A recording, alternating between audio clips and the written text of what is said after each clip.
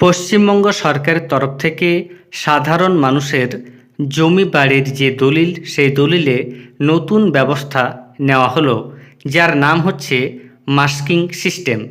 এই masking system আসলে কি, আমি আপনাদের সংক্ষেপে বুঝিয়ে দিচ্ছি। 2007 বা 8 সালের পর যে সকল জমি বাড়ি ক্রয় বিক্রয় হয়েছে, সেই সকল জমি বাড়ির দলিলের সার্টিফাইড কপি আপনারা সম্পূর্ণভাবে পেয়ে যাবেন ই ডিস্ট্রিক্ট পোর্টালে। আপনারা যদি ই ডিস্ট্রিক্ট পোর্টালে গিয়ে যে কোনো জমি বাড়ির যে দলিল, সেই দলিল সার্টিফাইড কপির জন্য আবেদন জানাতে চান, তাহলে আবেদন জানাতে পারবেন এবং এক্ষেত্রে আপনাকে নির্দিষ্ট কিছু ফি দিতে হবে। তবে সেই জমিটি বা বাড়িটি যদি আপনার নাও হয়ে থাকে, তবু আপনি যে কোনো জমি বা বাড়ির সার্টিফাইড কপি ডাউনলোড করতে পারবেন। এক্ষেত্রে যে সার্টিফাইড কপিটি আপনি ডাউনলোড করবেন, সেখানে যিনি জমি বা বাড়িটি ক্রয় করেছেন তার নাম, তার আধার নাম্বার, এছাড়া তার প্যান কার্ড নাম্বার এবং তার 10 আঙুলের ছাপসহ আরও বেশ কিছু গুরুত্বপূর্ণ তথ্য দেওয়া থাকে।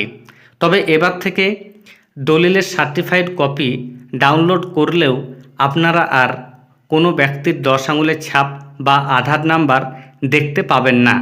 এই যে দেখতে পাবেন না, এই ব্যবস্থাটাকেই বলা হচ্ছে মাস্কিং সিস্টেম। কেন এই ব্যবস্থা চালু করা হলো, সেই নিয়ে বিস্তারিত আপনারা প্রতিবেদনে দেখুন। বলা হচ্ছে রাজ্যে 250-র বেশি রেজিস্ট্রেশন অফিসে বাড়ি ও জমির দলিল তৈরিতে মাস্কিং ব্যবস্থা চালু হয়েছে। এর ফলে পুরোপুরি বন্ধ হয়ে গিয়েছে জমি বাড়ির নতুন ক্রেতাদের সঙ্গে আর্থিক প্রতারণার সমস্যা। আগে দলিল সূত্রে কিছু ক্রেতা ব্যাংক প্রতারণার শিকার হচ্ছিলেন। তাদের অ্যাকাউন্ট থেকে টাকা তুলে নিচ্ছিল জালিয়াতরা। অনলাইনে যে কোনো দলিল বের করার সুযোগ থাকায় এই প্রতারণা করা হতো। দলিলে থাকা আঙ্গুলের ছাপ এবং আধার নম্বর ব্যবহার করে কোনো দুষ্টচক্র তথ্য প্রযুক্তির সাহায্যে বহু মানুষের ব্যাংক অ্যাকাউন্ট সাফ করে দিচ্ছিল। মাস্কিং ব্যবস্থা চালু হওয়ার পর কোনো দলিল ডাউনলোড করলেও সেখানে আঙ্গুলের ছাপের মতো বায়োমেট্রিক আধার ও প্যানের তথ্য থাকছে না। এই ধরনের বেশ কিছু প্রতারণার ঘটনা প্রকাশ্যে আসার পরেই অর্থ দপ্তরের directorate of registration and stamp revenue গত নভেম্বরে মাস্কিং ব্যবস্থা চালুর বিজ্ঞপ্তি জারি করে।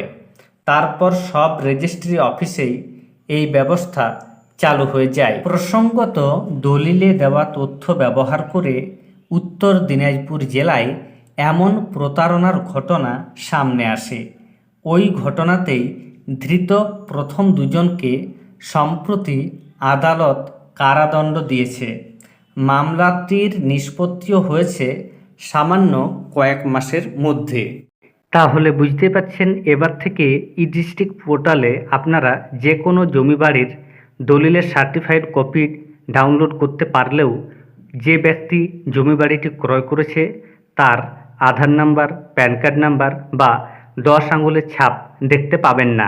এবং সাধারণ মানুষ যাতে আর্থিক প্রতারণার শিকার না হয়, তার জন্যই পশ্চিমবঙ্গ সরকার মাস্কিং ব্যবস্থা চালু করলো। ধন্যবাদ।